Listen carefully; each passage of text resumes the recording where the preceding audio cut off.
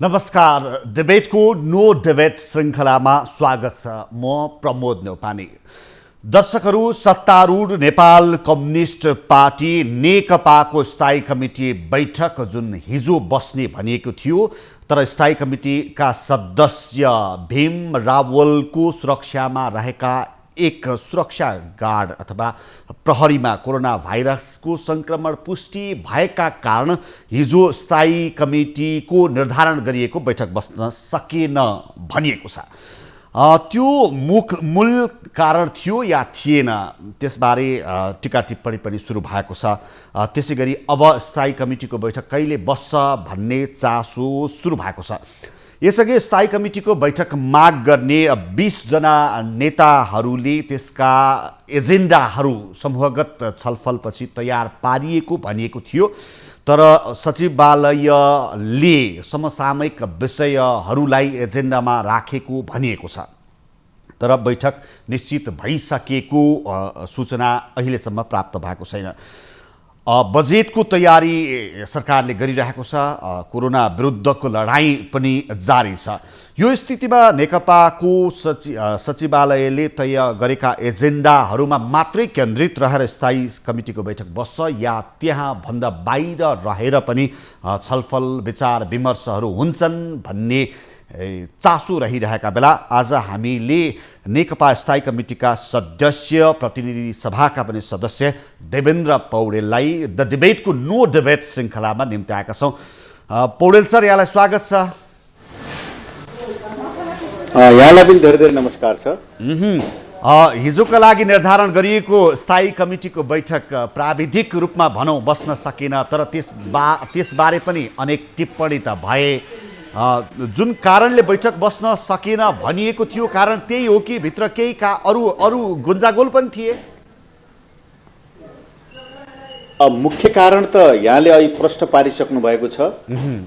चिकित्सकहरू र प्राविधिकले दिएको सुझाव सल्लाह र उहाँहरूको निर्देशन अनुरूप यो स्वाब टेस्ट नगरेका व्यक्तिहरू नजिकमा नबस्ने, लामो समयसम्म अलिकति यो दूरी, सामाजिक दूरी कायम गरेर बस्ने भन्ने हामीले सबैले सूचना पाएको, जानकारी पाएको, निर्देशन भएको विषय हो।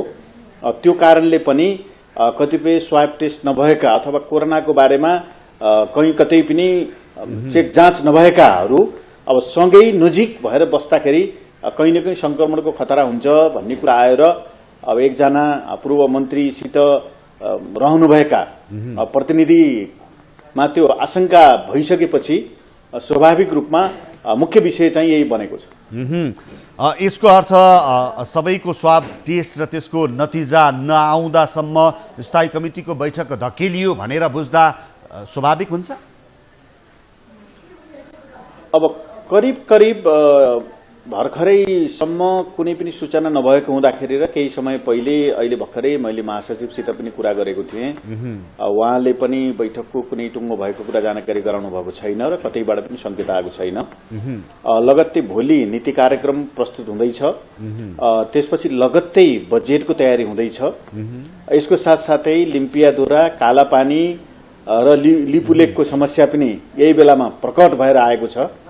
यी तीनै प्रकारका समस्याहरू, खास गरी बजेट नीति कार्यक्रमलाई पास र पारित गर्नुपर्ने हाम्रो अगाडि उपस्थित भएको एजेन्डा, लिम्पियाधुरा, लिपुलेक र कालापानीको समस्या, द्विपक्षीय त्रिपक्षीय वार्ता गरेर टुङ्गो लगाउनु पर्ने विषय र त्यसको साथसाथै बजेटको तयारी लगायतकै विषयहरू र यो कोभिड-19 कोरोना महामारीको प्रसङ्ग पनि त्यत्तिकै सँगै आएको र निकै पछिल्लो समयमा संक्रमितहरूको संख्या बढोत्तरी हुँदै गएको हुँदाखेरि यतापट्टितिर बढी केन्द्रित गर्नुपर्ने हुँदा सम्भवतः बजेट भन्दा पहिला स्थायी समितिको छलफल हुने खालको बैठक हुन्छ जस्तो मलाई लाग्दैन। पौडेलज्यू, तपाईहरू यसलाई चित्रित गरिएको थियो 20 भाइ भनेर भनिएको थियो सामाजिक सञ्चार माध्यममा पनि। स्थायी कमिटीको बैठक तत्काल बस्नुपर्छ भनेर तपाईहरू माग गर्दै हुनुहुन्थ्यो, तर परिस्थितिले त्यसलाई धकेल्दै लगिदियो। छलफल विचार विमर्श हुनुपर्ने कुराहरू त छन्, तर यो धकेलिँदा तपाईहरू सन्तुष्ट असन्तुष्ट के हुनुहुन्छ? हुन त अब यो प्राविधिक कुरा रह्यो, स्वीकार्नै पर्ने पक्षमा त पक्कै हुनुहुन्छ होला। अब यो परिस्थिति हामीले स्थायी समितिको बैठक बस्न नसक्ने खालको थिएन र छैन अहिले पनि। किनभने हामी सदन दुवै चलाइराखेका छौँ। राष्ट्रिय सभा पनि प्रतिनिधि सभा पनि हामीले चलाएका छौँ। क्याबिनेटका बैठकहरू पनि त्यही रूपमा भइराखेकै छन्। बालुवाटारमा सर्वदलीय बैठकहरू भइरहेका छन्। समितिका छलफलहरू पनि भएका छन्। बालुवाटारमा सर्वदलीय बैठक पनि भएको छ। यी सबै प्रकृतिहरू हेर्दाखेरि बैठकै बस्नै नसक्ने खालको अवस्था छ जस्तो मलाई लाग्दैन।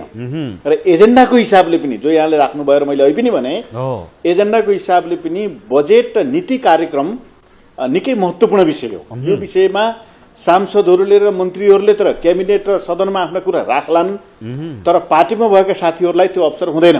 त्यसकारणले पार्टीमा भएका साथीहरूले पनि अहिलेको अबको आर्थिक अवस्था, यो अहिलेको यो कोभिड-19 महामारीले सिर्जना गरेका परिस्थितिहरू र पार्टीका सामु उपस्थित अन्य समस्याहरूको बारेमा यो पार्टीमा छलफल हुँदाखेरि राम्रो हुन्थ्यो र त्यसको साथसाथै हाम्रो देशको राष्ट्रियता, सार्वभौमिकता र अखण्डतामाथि समेत कहीँ न कहीँ प्रश्न लाउने गरी हामीमाथि अर्को एजेन्डा पनि थपिएको छ।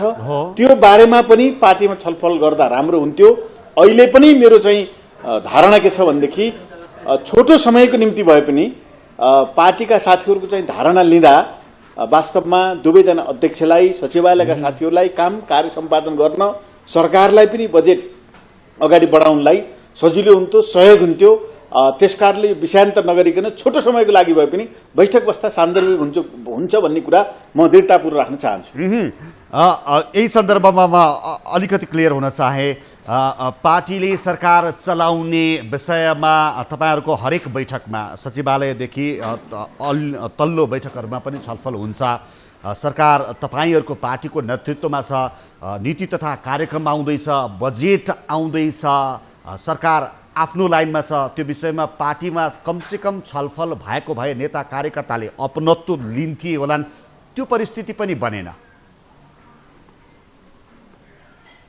अब हो यहाँले भने जस्तै हाम्रो पार्टीको विधानमा, नियमावलीमा र पार्टीका प्रणालीहरूमा गरिएको व्यवस्था अनुरूप पनि सामूहिक छलफल र त्यो छलफलले गरेको निर्णयपछि व्यक्तिगत जिम्मेवारी र उत्तरदायित्व अनुरूप कार्य सम्पादन गर्ने कुरालाई नै हामीले पार्टीको प्रणालीको रूपमा लिएका छौँ र जनवादी केन्द्रीयताको संगठनात्मक सिद्धान्तले पनि त्यही भन्छ र हामीले त्यही संगठनात्मक सिद्धान्तलाई पार्टीमा परिपालना गर्ने, त्यसलाई सबैले अध्यक्षदेखि सेलसम्मका सबैले त्यसलाई पालना गर्ने गरी हामीले नियमावली बनाएका छौँ र कतिपय अवस्थामा सरकारले आफ्ना निर्णयहरू स्वतन्त्रतापूर्वक गर्न पनि सक्छ, त्यसलाई पनि हामीले मान्छौँ। तर फेरि पनि महत्त्वपूर्ण निर्णयहरू जुन पार्टीको तर्फबाट प्रस्तावित भएर सरकार गठन भएको हुन्छ र बहुमत आर्जना गरेको हुन्छ, त्यो पार्टी दलीय प्रणालीमा राज्यका निर्णयहरू गर्ने बेलामा प्रभावकारी भूमिकामा रहन्छ र रहनुपर्छ। यो नै बहुदलीय व्यवस्थाको, दलीय व्यवस्थाको अन्तर्राष्ट्रिय प्रचलित मान्यता हो।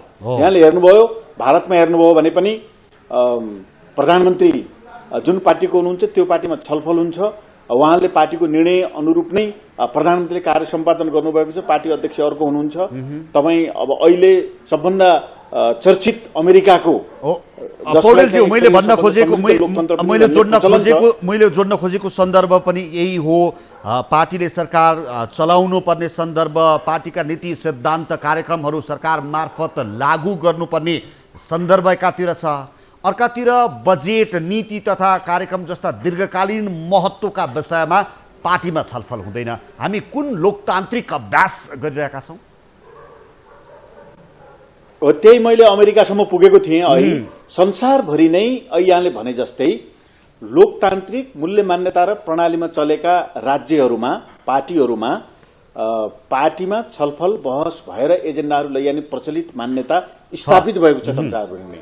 हामीले बनाएको संविधानको व्यवस्था पनि त्यही हो। नेपालमा जुन संविधान हामी कार्यान्वयन गर्दैछौँ त्यो संविधानले पनि त्यही कुरा नेपाली विशेषतामा लागू गर्नको निम्ति प्रष्ट रूपमा भनेको छ। यहाँले भने जस्तै यति बेला केही चाहिँ महत्त्वपूर्ण समस्याहरू हामी सामु उपस्थित छन्। खास गरी विदेशमा रहेका नेपालीहरू जो झन्डै 43 लाख प्लस अरू चाहिँ इन्डियामा गएका र गैर पासपोर्ट प्रयोग गरेर गएकाहरूलाई जोड्दाखेरि 50 लाख आसपास चाहिँ नेपालीहरू विदेशमा छन् र उनीहरूमध्ये झन्डै अनुमानित रूपमा 15% नेपालीहरू नेपालमा फर्किने कुरा हामीले प्रष्ट रूपमा बुझ्न सक्छौं। देशको चाहिँ खास गरी पर्यटन, कृषि र हाइड्रो भनेका थियौं। पर्यटन व्यवसाय धरापमा छ। कृषि व्यवस्थालाई हामीले तंग्राएर यसलाई आधुनिकीकरण गरेर व्यवसायीकरण गर्न सकियो भने मात्रै देशको अर्थतन्त्र टिकाउन सकिन्छ। रेमिटान्सको धराप कहाँसम्म कसरी त्यसको प्रभाव पर्ने भन्ने कुरा अहिले नै अनुमान गर्न सकिँदैन। यस्तो महत्त्वपूर्ण देशको अवस्थामा हामी चाहिँ देशको अर्थ प्रणालीको बारेमा, देशको नीति कार्यक्रमको बारेमा पहिलेदेखि नै चाहिँ हामीले सुरुवात गरेका विकास निर्माणका परियोजनाहरूलाई निरन्तरता कसरी दिने भन्ने बारेमा पार्टीमा छलफल हुँदा राम्रो हुन्थ्यो। र मैले अहिले पनि यहाँको यो लोकप्रिय मिडिया मार्फत पार्टी पंक्तिलाई र पार्टीका आदरणीय नेताहरूलाई यस्तो अवस्थामा पार्टीका साथीहरू सुझाव लिँदा पार्टी र सरकारको कामलाई अझ प्रभावकारी बनाउनको निम्ति महत्त्वपूर्ण भूमिका निर्वाह हुन्थ्यो। त्यतापट्टितिर ध्यानाकर्षण यो परिस्थितिले पौडेलज्यू पार्टी एकातिर सरकार, एकातिर नीति तथा कार्यक्रम पार्टीको, एकातिर अध्यक्ष अथवा अध्यक्षद्वय भन्नुहोस् नेताहरू एकातिर, यो त व्यवहारिसै अवस्था जस्तै भयो। यही कुरा हामीले केही समय पहिले पार्टीका एकीकरणका कुराहरू टुङ्गो लगाइसकेपछि 4 कुरा यहाँले भने जस्तै जनताको भावना, जनताका माग, जनताका चाहनाहरू, पार्टीको नीति, पार्टीको कार्यक्रम र पार्टीको योजना, सरकारको नीति, सरकारको कार्यक्रम र सरकारका योजनाहरू, त्यसको साथसाथै हाम्रा कतिपय परिस्थितिसित तालमेल मिलाउनु पर्ने कुराहरूलाई हामीले चाहिँ 4वटा कुरालाई जोडेर लिएर गइयो भने मात्रै एउटा एकीकृत अभिव्यक्ति गर्न सकिन्छ भनेर भनेका थियौं। अहिले पनि हाम्रो भनाइ त्यही नै छ र जनताका माग एकातिर, पार्टी एकातिर, सरकार एकातिर, नीति कार्यक्रम बजेट अर्कोतिर भयो भनेदेखि अझ त्यसको साथसाथै हामीले चुनावको बेलामा जनताको बीचमा सम्प्रेषित गरेको घोषणापत्रमा भनिएका लेखिएका कुराहरू अझ अर्कोतिर भयो भनेदेखि त्यसले मेल खाँदैन। त्यो नहुनको निम्ति नै जतिसक्दो चाहिँ पार्टी पंक्तिमा छलफल बहस हुनु, सुझाव लिनु, टाइम पुगेन भने हामीले समीक्षा गर्छौं। टाइम पुगेन भनेदेखि छोटो समयमा पनि आफ्नो भावना लिखित रूपमा दिन सक्छौं। त्यसो गरिएको भएदेखि राम्रो हुन्थ्यो र समय छ अझै पनि कमसे कम बजेटको बारेमा एकपटक पार्टीमा एउटा तहसम्म छलफल हुँदा राम्रो हुन्छ। तर तपाईले अघि नै भनेको अनुसार प्रतिकूल परिस्थितिका कारण बजेट वक्तव्य आउनु अगाडि पार्टी बैठक बस्ने, कम्तीमा स्थायी कमिटीको बैठक बस्ने सम्भावना चाहिँ कम छ नि, त्यो त हो है? अब करिब करिब यहाँले पनि भनिराख्नु भएको छ र परिस्थितिले बैठकतिर भन्दा अरू विषयलाई केन्द्रमा हल गर्ने समस्याहरूतिर नै, अरू विषयतिर नै बढी केन्द्रबिन्दु मानेर अगाडि बढेको हामी पाउँछौं। र हामीले के भनेका थियौं भनेदेखि एक दिनको भए पनि राख्नुस्, एक दिनमा हामीले कमसे कम एक पाना लेखेर ल्याएर पनि हामीले दिएका कुराहरूले सरकारले नीति कार्यक्रम र बजेट प्रस्तुत गर्नको निम्ति सहयोगी भूमिका नै हुन्छ। त्यसकारण एक दिनको बैठक पनि राख्दा राम्रो हुन्छ भनेका थियौं र छौं अहिले पनि। तर फेरि पनि परिस्थिति सुन्दा बुझ्दा स्थगित भएका सूचनाहरू आइरहँदा बैठक होला जस्तो बजेट भन्दा उल्टेर मलाई लागिराखेको छैन। परिस्थिति एकातिर, तर सचिवालयले जुन तपाईहरूको पार्टीभित्र भएको रस्साकस्सीलाई तत्कालका लागि थामथुम पारेर टुङ्ग्यायो, त्यही मुद्दा स्थायी कमिटीमा फेरि बल्झिने सम्भावना रहेका कारण पनि यो बैठकलाई टारिएको छ, टार्दै लगिएको छ भन्ने एउटा खालको टिप्पणी, खैर 20 भाइ भित्रैबाट पनि आएका टिप्पणीहरू छन्। यसमा तपाईँको भावनाको प्रतिनिधित्व कति हुन्छ हुँदैन मलाई थाहा छैन। त्यो स्थायी कमिटीले टुङ्ग्याएका एजेन्डाहरू, त्यो आन्तरिक शक्ति सङ्घर्षका एजेन्डाहरूमा स्थायी कमिटीमा फेरि छलफल होला भन्ने कोणबाट पनि बैठक टारिँदैछ हो? अब यो फेरि हामी कतिपयलाई त्यस्तो प्रकारको आशंका छ भने ती कमरेडहरूलाई म विनम्रतापूर्वक भन्न चाहन्छु र पार्टीमा लामो समय काम गरेर आएका साथीहरूको टिम नै हो स्थायी समितिको कमिटीमा आउनुभएका साथीहरूको टिम।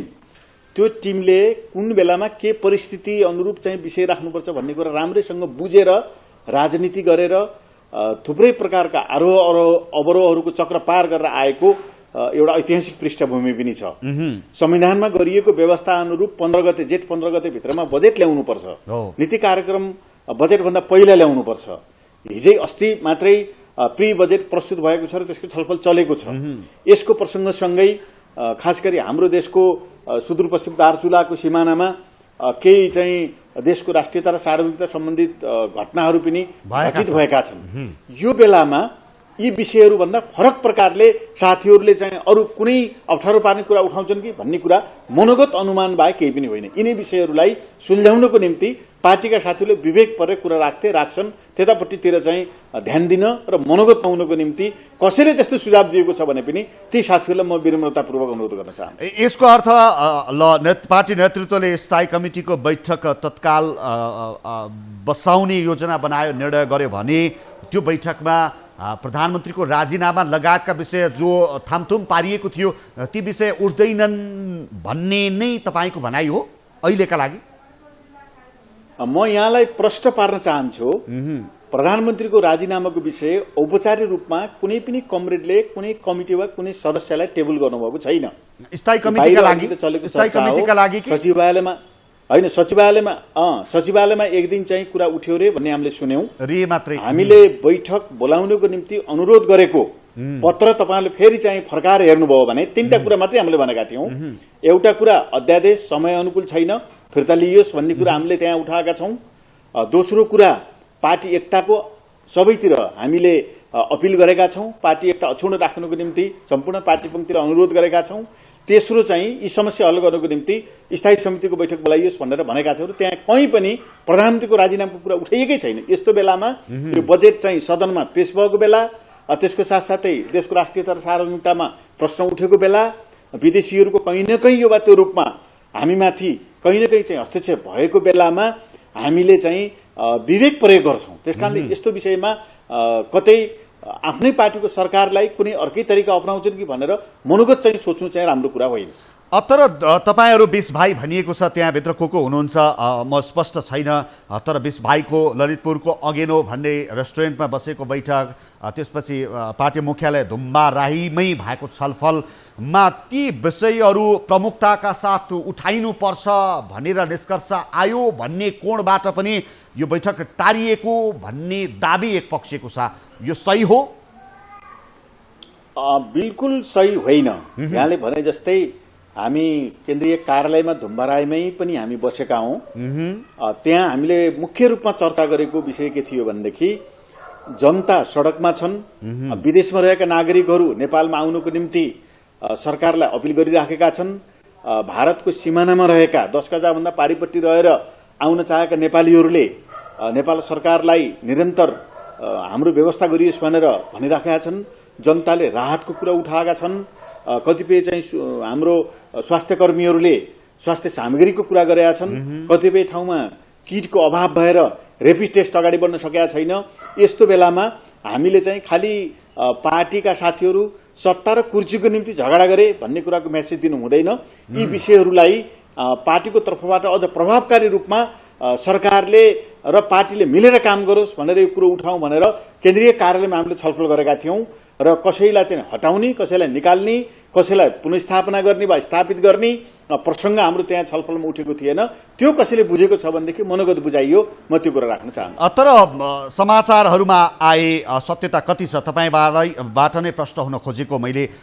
स्थायी कमिटी सदस्य भीम रावलले 27 बुधाको अभियोग पत्र तपाईँहरूको छलफलमा प्रस्तुत गर्नुभयो।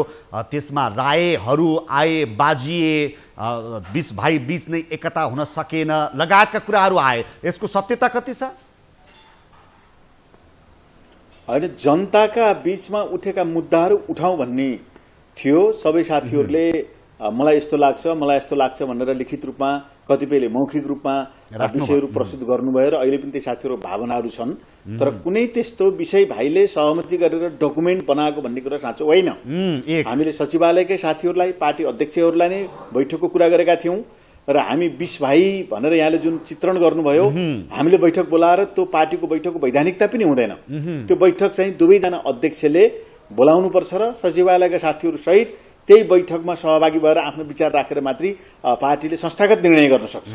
त्यही कुराको निम्ति हामीले पुनः चाहिँ नेताहरूलाई भेटेर कुरा गर्ने, लिखित होइन मौखिक रूपमा नै टिम गएर हामीले दुवैजना अध्यक्षलाई भन्ने सचिवालयका अरू नेताहरूलाई पनि भन्ने भनेर हामी उठेका हौँ। त्यहाँ कुनै त्यस्तो अभियोग पत्र तयार पारिएको भन्ने कुरा साँचो होइन। म एउटा सन्दर्भमा आएको थिएँ, एउटा लोकतान्त्रिक पार्टीमा विवादहरू हुन्छन्, छलफल विचार विमर्श विचार समूहहरू पनि हुन्छन्, त्यसको व्यवस्थापन ती दलले गर्दै पनि आएका छन्, भोलि पनि गर्लान्। तर यो बीचमा सरकारी परिवर्तन होला जसरी जसरी टिप्पणी भएको थियो, नेकपाले कपमा आदिको तुफान ल्याउन खोज्यो भन्ने चर्चा भएको थियो, त्यो कहाँ पुगेर टुङ्गियो अथवा फेरि उठ्छ त्यो चाल? अब यो पार्टीमा छलफल बहस हुनु, कतिपय पार्टीमा विभिन्न प्रकारका दृष्टिकोणहरू प्रकट हुनु, विभिन्न प्रकारका यहाँले अहिले भने जस्तै विचारका आधारमा समूहहरू निर्माण हुनु र ती समूहका आधारमा पक्षधरता प्रकट हुनु पार्टीको जीवन हो, पार्टीको जीवन चक्र हो, पार्टीको लाइफ नै पार्टीभित्रको बहस छलफल हो। फेरि पनि म पुनः अहिकै विषयमा आउन चाहन्छु र पार्टीले निर्णय गरिसकेपछि एक व्यक्ति सरह कार्यान्वयन सिङ्गो पार्टीले गर्ने गरी हामीले चाहिँ त्यस्तो प्रकारको प्रणाली बनाएका छौँ।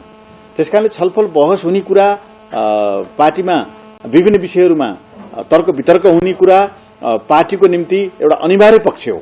त्यसबाट तर्सिनु, त्यसबाट चाहिँ अलिकति विषयान्तर गर्न खोज्नु, त्यसलाई कहीँ न कहीँ पार्टीमा प्रकट हुन नदिनु भनेको पार्टीभित्रको आन्तरिक लोकतन्त्र कमजोर बनाउनु हो।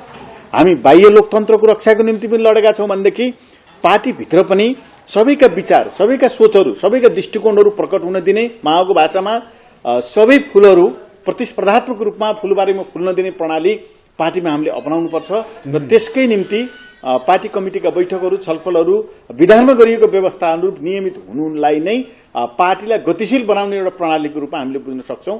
त्यो नहुँदा पार्टीको लोकतन्त्र कमजोर हुन्छ। अन्त्यमा सो पौडेलज्यू, बजेट कस्तो आउँदैछ?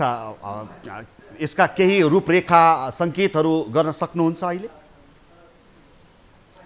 अब मोटामोटी यहाँले अहिले पनि सुन्नुभयो, प्री बजेट प्रस्तुत भइसकेको अवस्थामा बढी बजेट चाहिँ छरिएको र बढी पूर्वाधारका कामहरू तिर केन्द्रित भएर छरिनेतिर भन्दा पनि ठोस र मूर्त रूपमा रोजगारी सिर्जना गर्नेतिर, खास गरी कृषि क्षेत्रमा बढी परिलक्षित गर्दै, स्वास्थ्य क्षेत्रमा परिलक्षित गर्दै र संविधानमा प्रदत्त र उल्लेख गरिएका मौलिक हकसित सम्बन्धित कुराहरू कार्यान्वयन गर्ने गरी बजेट आउने तयारी भएको, सबै मन्त्रालयहरूमा त्यही प्रकारका सुझावहरू केन्द्रित भएको, सबै मन्त्रालयहरूले त्यही प्रकारको होमवर्क गरेर अर्थ मन्त्रालयमा पठाएको हामीले बुझेका छौँ र मोटामोटी अहिलेको परिस्थितिलाई सम्बोधन गर्ने प्रकृतिको बजेट आउँछ भन्ने कुरामा हामी आशावादी छौँ।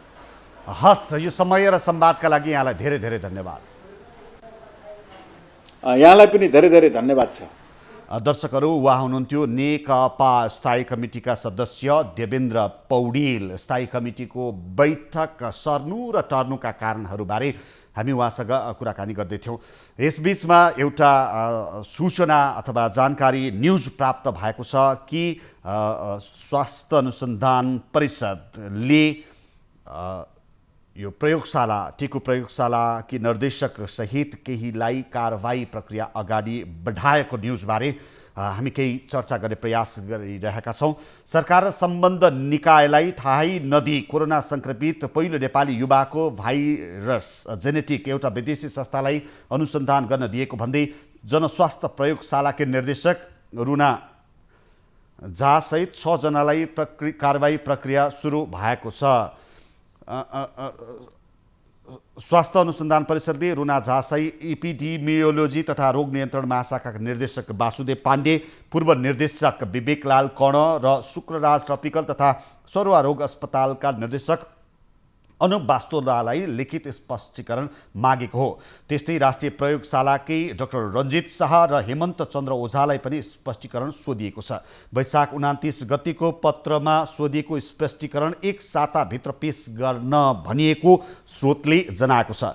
स्पष्टीकरणमा भनिएको छ, तपाईहरूको टोलीले विदेशीहरूलाई समेत संलग्न गरी माइक्रोबायोलोजी रिसर्च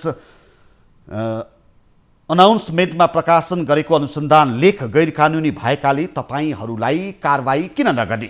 नेपाल स्वास्थ्य अनुसन्धान परिषद ऐन 2047 बमोजिम कुनै पनि मानव स्वास्थ्यसँग सम्बन्धित अनुसन्धान कार्य गर्दा परिषदको स्वीकृति लिनुपर्छ। तर यो 6 जनाको टोलीले स्वीकृति नलिई अनुसन्धान कार्य सम्पन्न गरी वैज्ञानिक लेख समेत प्रकाशन गरेको पाइएकाले कारबाही प्रक्रिया अगाडि बढाइएको बताइएको छ। यो न्युज हामीले प्रस्तुत गर्यौं। खासमा यो कस्तो खालको प्रकरण हो भन्ने विषय, यसको आन्तरिक प्रकरण त एक ठाउँमा होला, तर यो कतिको जायज कुरा हो। यो जेनेटिक जुन भाइरस जेनेटिक छ त्यो विदेशी संस्थालाई दिने प्रक्रिया के हो, त्यसमा के छ, नेपालको प्रावधान के हो, खासमा यो कारबाही गर्नुपर्ने हदसम्मको गल्ती कमजोरी हो कि होइन भन्ने बारे यस सम्बन्धी विज्ञ जनस्वास्थ्य विज्ञ पनि हुनुहुन्छ डाक्टर समीर बडी दीक्षित हामीसँग हुनुहुन्छ। डाक्टर दीक्षित, स्वागत छ यहाँलाई। हामीले पटक पटक दुःख दिइरहेका छौँ। नमस्कार। मलाई त तपाईँले दुःख दिए होइन, जस हाम्रो जनमानसमा सत्य तथ्य बुझाउनको लागि तपाईँले मलाई इन्भाइट गर्नुहुन्छ, धन्यवाद। भर्खरै मैले एउटा न्युज प्राप्त गरेको छु कि स्वास्थ्य अनुसन्धान परिषदले रुना झा सहित एपिडेमियोलोजी तथा रोग नियन्त्रण महाशाखाका निर्देशक वासुदेव पाण्डे, पूर्व निर्देशक विवेकलाल कर्ण र सुकराज टपिकल तथा सर्वरोग अस्पतालका अनुप वास्तोला सहितलाई स्पष्टीकरण सोधिएको छ कि अभियोग चाहिँ सरकारलाई अथवा सरकार सम्बन्ध निकायलाई थाहै नदिई कोरोना संक्रमित पहिलो नेपाली युवाको भाइरस जेनेटिक एउटा विदेशी संस्थालाई अनुसन्धान गर्न दिएको भनिएको छ। खासमा यो के हो बुझ्ने गरी बताइदिनु पर्यो कृपया। हजुर, मैले पनि यसमा अलिअलि बुझ्न खोजिरहेको छु होइन। कति कुरा सरकारी कुरा, कति कुरा सत्य तथ्य बाहिर आउँदैनन् होइन। तर मैले बुझेको अनुसार यो पहिलो नेपालको पहिलो जब कोभिड केस बाहिर निक्ल्यो नि, जुन नेपालमा त्यो परीक्षण भयो होइन। अब जहिले प्रश्न के हुन्छ भने अब त्यो नेपालमा पहिलो व्यक्तिमा देखिएको कोरोना वुहानमा जुन पहिलो वुहानको चाइनामा जुन देखियो त्यो र नेपालको कति मिल्दोजुल्दो छ, अथवा त्यो वुहानसँग संसारको अन्य कोरोनासँग कतिको मिल्दोजुल्दो छ भन्ने एउटा अनुसन्धानको प्रश्न चाहिँ जहिले पनि रहन्छ होइन। र नेपालले त्यो जवाब दिनै पर्छ। त्यो गर्न चाहनु आफैमा गलत थिएन। तर कुरा के आयो भन्दाखेरि मैले बुझेको अनुसार चाहिँ यहाँ नेपाल जनस्वास्थ्य हाम्रो यो स्वास्थ्य अनुसन्धान परिषदको नियम मिचेर गरेको हुन्छ नि मैले बुझेँ। किन भन्दाखेरि यो नेपाल स्वास्थ्य अनुसन्धान परिषदको नियममा क्लियरली के लेखेको छ भन्दाखेरि दुईवटा कुरा लेखेको छ। पहिले चाहिँ नि अनुसन्धानमा कुनै नेपालको कुनै पनि अनुसन्धानमा चाहिँ नेपालको व्यक्तिबाट नमुना लिने हो भने त्यो नमुना लिनु अगाडि चाहिँ नि उहाँसँग एथिकल अप्रुभल, उहाँसँग स्वीकृति लिनुपर्छ भनेको त्यो व्यक्ति छ। त्यो व्यक्तिसँग स्वीकृति लिन्छु भनेको प्रुफ चाहिँ नि उहाँ तपाईँहरूले चाहिँ नि जसले गर्छ अनुसन्धान परिषदसँग पनि त्यो देखाएर अनि उहाँहरूको स्वीकृति लिनुपर्छ कि त्यो अनुसन्धान गर्नलाई। त्यो भएको देखिएन। दोस्रो चाहिँ नि यो नियम बनाउन चाहिँ म पनि आफै सरेको थिएँ कि केही वर्ष अगाडि। यसमा मैले गाइडलाइन बनाउन मैले मद्दत गर्दै हो जनस्वास्थ्य यो परिषदमा, अनुसन्धान परिषदमा। त्यो के भन्दाखेरि नेपालबाट कुनै पनि नमुना बायोलोजिकल नमुना देशभन्दा बाहिर पठाउने हो भने देशमै पहिले काम गरेर खोज्नुपर्छ। त्यो अनुसन्धान देशमै हुनुपर्छ। देशमा नसक्ने हो भने अथवा देशमा पूर्वाधार छैन भने मात्र बाहिर पठाउनु पर्छ। यसको अर्थ डाक्टर दीक्षित, यसको अर्थ अहिले उहाँहरूले खराब नियतले गर्नुभयो अथवा अन्जानपूर्ण गर्नुभयो, यसको एउटा पाटो होला। तर हाम्रो नियम पद्धति कानुन अनुसार उहाँहरूले गरेको यो कार्य चाहिँ गलत नै हो होइन। उहाँको इच्छा राम्रो भए पनि, उहाँले गर्न खोजेको कुरा राम्रो भए पनि उहाँको तरिका चाहिँ नि अब गैर कानुनी नियम मिचेर गरियो। त्यसले गर्दाखेरि अब त्यो हेर्दा त अब नेपाल स्वास्थ्य अनुसन्धान परिषद बनाएकै त्यसैको लागि हो। यस्तै अनुसन्धानहरूलाई एक किसिमले राम्रोसँग अगाडि लगाउनको लागि बनाइया हो होइन। अब सबैले त्यो नियम मानिरहेका हुन्छन् भने अब त्यो टोलीले नियम बिगारिदिँदाखेरि चाहिँ नि अब कसैको बढी दोष होला, कसैको फसेका मात्र हुन सक्छन् होइन। तर अन्तिममा चाहिँ नि जुन एउटा नियम मिच्ने काम हो त्यो चाहिँ गलत भयो। त्यो त अब गलत भन्नै पर्छ गलतलाई। यसरी दिनु अथवा पठाउनुको फाइदा बेफाइदा के हुन्छन्? फाइदा त गलत नियतले गरिएको छैन भने त फाइदा होला। यसो हुन्छ। अब यसो कस्तो हुन्छ नि अब मैले बुझ्नमा आएको चाहिँ यो विश्व स्वास्थ्य सङ्गठनसँग पनि मिलेर यो विश्व स्वास्थ्य सङ्गठनले तोकेको ल्याबमा पठाएर गरेको भने बुझिन्छ। तर त्यो त्यो के हो कसो चाहिँ अब उहाँहरूले नै जवाब दिन सक्नुहुन्छ होला होइन। तर मुख्य कुरा चाहिँ कि यही कुरा गर्नका नेपालमा पनि ल्याबहरू छन्, नेपालमा पनि जनशक्ति छ, नेपाल पनि एक लेभलमा काम गरेर बाँकी काम विदेश पठाउन सकिन्थ्यो कि त्यो नगरिकन सोझै बाइपास सिस्टमलाई बाइपास गरेर भन्ने बुझ्यो। अब यो बाइपास किन गर्यो भन्ने कुरा पनि अब अभियसली नियम मिचेपछि अब त्यसको अनुसन्धान हुन्छ र अब निर्देशकहरू पनि अब त्यसमा अलिकति अब त्यसमा फस्नु भयो। त्यो अब दुःख लाग्दो कुरो, तर उहाँले पनि विचार गर्नुपर्छ किन राज्यको निकायमा काम गर्ने मान्छेले राज्यकै अर्को निकायलाई चाहिँ बाइपास गर्न नहुने हो। म अन्तिममा छु, उनीहरूले नेपालको प्रचलित कानुन र आचार संहिता त उल्लङ्घन गरे नेपालीको भाइरस बेचेको समेत आरोप लगाइएको छ। हेर्नुहोस् यो अलिकति गाह्रो प्रश्न, किनभने हामी करिब 10 वर्ष पछाडि अगाडि जाने हो भने जब हाम्रो हैजा झाडा पखाला प्रकरण भएको थियो जाजरकोटमा, त्यो बेलाको तत्कालीन प्रयोगशालाका निर्देशकज्यूले पनि त्यसरी नै स्याम्पल कोरिया पठाएपछि त्यहाँ अलिकति हाहाकार बचिया थियो। त्यसको ठ्याक्कै रिपिट भएर डाक्टर दीक्षित कृपया सम्भव छ भने होल्डमै बसिदिनु होला। यति बेला स्वास्थ्य अनुसन्धान परिषदका कार्यकारी निर्देशक डाक्टर प्रदीप कुमार ग्यावाली हामीसँग जोडिनु भएको छ। ग्यावाली सर, यहाँलाई स्वागत छ। धन्यवाद, नमस्कार। यो रुना झा सहित 6 जनालाई कारबाही प्रक्रिया सुरु गरिएको भनिएको छ, के पर्यो त्यस्तो कि यो बेला कारबाही अगाडि बढाउनु पर्यो? अहिले कारबाही हुन्छ यो यस्तो छ, यसलाई राजनीतिसँग नजोडेर हेर्नुहोस् होइन। यो सरकारको कामभन्दा पनि यो हाम्रो एउटा अटोनोमस बडी नेपाल सरकार स्वास्थ्य अनुसन्धान परिषदले चाहिँ रिसर्चसँग सम्बन्धित कामहरू गर्छ होइन। यसले अनुसन्धान गर्ने स्वीकृति चाहिँ दिने र त्यसलाई चाहिँ भएका अनुसन्धानलाई चाहिँ तपाईँको चाहिँ इथिकल्ली हेरेर काम भएको छ कि त्यो अनुसार चाहिँ कामहरू गर्ने हो होइन। र कुनै पनि व्यक्ति अथवा संस्थाले कुनै पनि आनुवंशिक भनौँ कुनै पनि अङ्ग अथवा कुनै पनि स्याम्पल लगायतका चाहिँ कुराहरू चाहिँ बाहिर लगेर टेस्ट गर्नुपर्दा इथिकल्ली हामीसँग क्लियर गरेर जानुपर्ने हुन्छ, स्वीकृति लिनुपर्ने हुन्छ। र त्यो स्वीकृति भएको चाहिँ नभएको अवस्थामा चाहिँ अनुसन्धानले आफ्नो चाहिँ दायराभित्र रहेर चाहिँ कामहरू हेर्ने हो। हुन त यसको थप अनुसन्धान यहाँहरू गर्नु नै हुन्छ, तपाईँहरूको जिम्मेवारी पनि हो। यो नियतको कुरा चाहिँ बढी आयो हो यसमा? होइन, गलत कुरा। यस्तो कुराहरू चाहिँ लिएर चाहिँ कोही पनि हिँड्दाखेरि राम्रो हुँदैन। यसको आफ्नै प्रक्रिया हुन्छन्।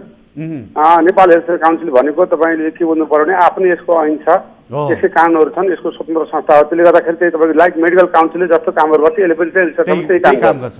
त्यसले गर्दा कोही व्यक्ति विशेष बाहेक गरेर कुराहरू हेर्दैन। अब चाहिँ हामीले चाहिँ के भन्दा त्यसका आफ्नै प्रक्रिया छन् क्या। अनि अहिले चाहिँ तपाईँको चाहिँ घर यसलाई राजनीतिसँग जोड दिने कामहरू केही पनि नगर, यसले आफ्नो कामहरू गरेको अवस्था भएको हुनाले यसलाई चाहिँ अतिरञ्जित गर्ने केही पनि जरुरी छैन। र यो नियमभित्र चाहिँ आउनुपर्छ भनेको मात्र हो। रिसर्च गर्ने कोही संस्था व्यक्ति कसैले चाहिँ केही कुराहरू बाहिर लगेर टेस्ट गर्नुपर्छ यो किन भन्दा अत्यन्त जिनको स्टडी जस्तो कुरा हाम्रो चाहिँ भ्याक्सिन बनाउने औषधि बनाउने र चाहिँ तपाईँको नीति निर्माणको हिसाब गर्दाखेरि त्यो स्वीकृति लिएर गरेको भएर हाम्रो हुन्छ भनेर ईश्वरको सोधेको। यसको विशेष चाहिँ हिसाबले हल्ला खरा गरेर चाहिँ त्यो खालको गर्नुपर्ने जरुरी। यसको अर्थ भएको के हो जानकारी गराउनुहोस् भन्ने हिसाबले सोधिएको हो, कारबाही प्रक्रिया अगाडि बढाइएको होइन। हामीले सोधेको किन हाम्रो काम सोध्ने हो, सोधेपछि उहाँले आफ्नो जवाफ दिनु त नि त, हामीले टाइम दिएका छौँ होइन। हस्, यो जानकारीका लागि यहाँलाई धन्यवाद। डाक्टर दीक्षित, हजुर तपाईँ उहाँको भनाइबाट कति प्रष्ट हुनुभयो? म ठिक म यसमा उहाँहरूले आफ्नो तरिकाले भन्नुभयो। डाक्टर प्रदीपले म उहाँसँग नजिकबाट काम पनि गर्छु। एनएचआरसीको कार्यकारी अहिले अध्यक्ष हुनुहुन्छ होइन, चिफ हुनुहुन्छ। उहाँले त्यो हिसाबले उहाँले जे भन्नुभयो त्यो ठिक छ। हामी चाहिँ यतापट्टिबाट वैज्ञानिक हिसाबले भन्नुपर्दा चाहिँ नि यो किन यो नियम छ भन्ने कुरा बुझ्यौँ है। यो नियम किन छ भन्दाखेरि किन मैले भनिहालेँ, मैले पनि यसमा लेख्न मद्दत गरेँ भन्नाले यो जेनेटिक इन्फर्मेसन एकदमै महत्त्वपूर्ण छ कि यसमा हाम्रो यो तत्त्वको बारेमा धेरै इन्फर्मेसन बाहिर जान सक्छ। त्यसबाट कुरा निक्लिरहेको छ भ्याक्सिनदेखि लिएर डायग्नोस्टिक्स गराउनुमा पनि त्यो इन्फर्मेसन त्यो सूचना चाहिँ नि हामीले पठाएको स्याम्पलमा बाहिर जान सक्छ कि त्यो सकेसम्म किन बाहिर जान दिनु, देशभित्र पहिले इन्फर्मेसन लिउँ त्यसपछि मात्रै बाहिर बाँड्ने काम गरौँ भन्ने हो। आखिर भारत चाइना संसारका देशले त्यही गरेका छन् भने हामी मात्रै किन चुक्ने भन्ने कुरा हो। त्यसको लागि यो नियम छ। यो नियम बिगारे हुन्छ नि मिचो हुन्छ नि के हुन्छ भन्दाखेरि हाम्रो देशभित्रको इन्फर्मेसन सूचना जेनेटिक इन्फर्मेसन बाहिर जान्छ। त्यो नदिउँ भन्ने हो। हस् डाक्टर दीक्षित, यहाँलाई पनि धेरै धेरै धन्यवाद। धन्यवाद। दर्शकहरू उहाँ हुनुहुन्थ्यो जनस्वास्थ्य विज्ञ डाक्टर समीर बडे दीक्षित। सरकार र सम्बद्ध निकायलाई थाहै नदिई कोरोना सङ्क्रमित नेपालीको पहिलो नेपाली युवाको भाइरस जेनेटिक विदेश संस्थालाई अनुसन्धान गर्न दिएको भन्दै जनस्वास्थ्य प्रयोगशालाका निर्देशक रुना झासहित 6 जनालाई कारबाही प्रक्रिया अगाडि बढाइएको बारे पछिल्लो जानकारी अनुसार यसबारे थप स्पष्ट हुने प्रयासमा थियौँ हामी। र यो सँगै आजलाई डिबेटको नो डिबेट श्रृङ्खलाको निर्धारित समय सकिएको छ। अर्को श्रृङ्खलामा अर्को विषय या अतिथिसँग उपस्थित हुनेछौँ। आजलाई बिदा दिनुहोस्। हामी निरन्तर न्युजमा छौँ। नमस्ते।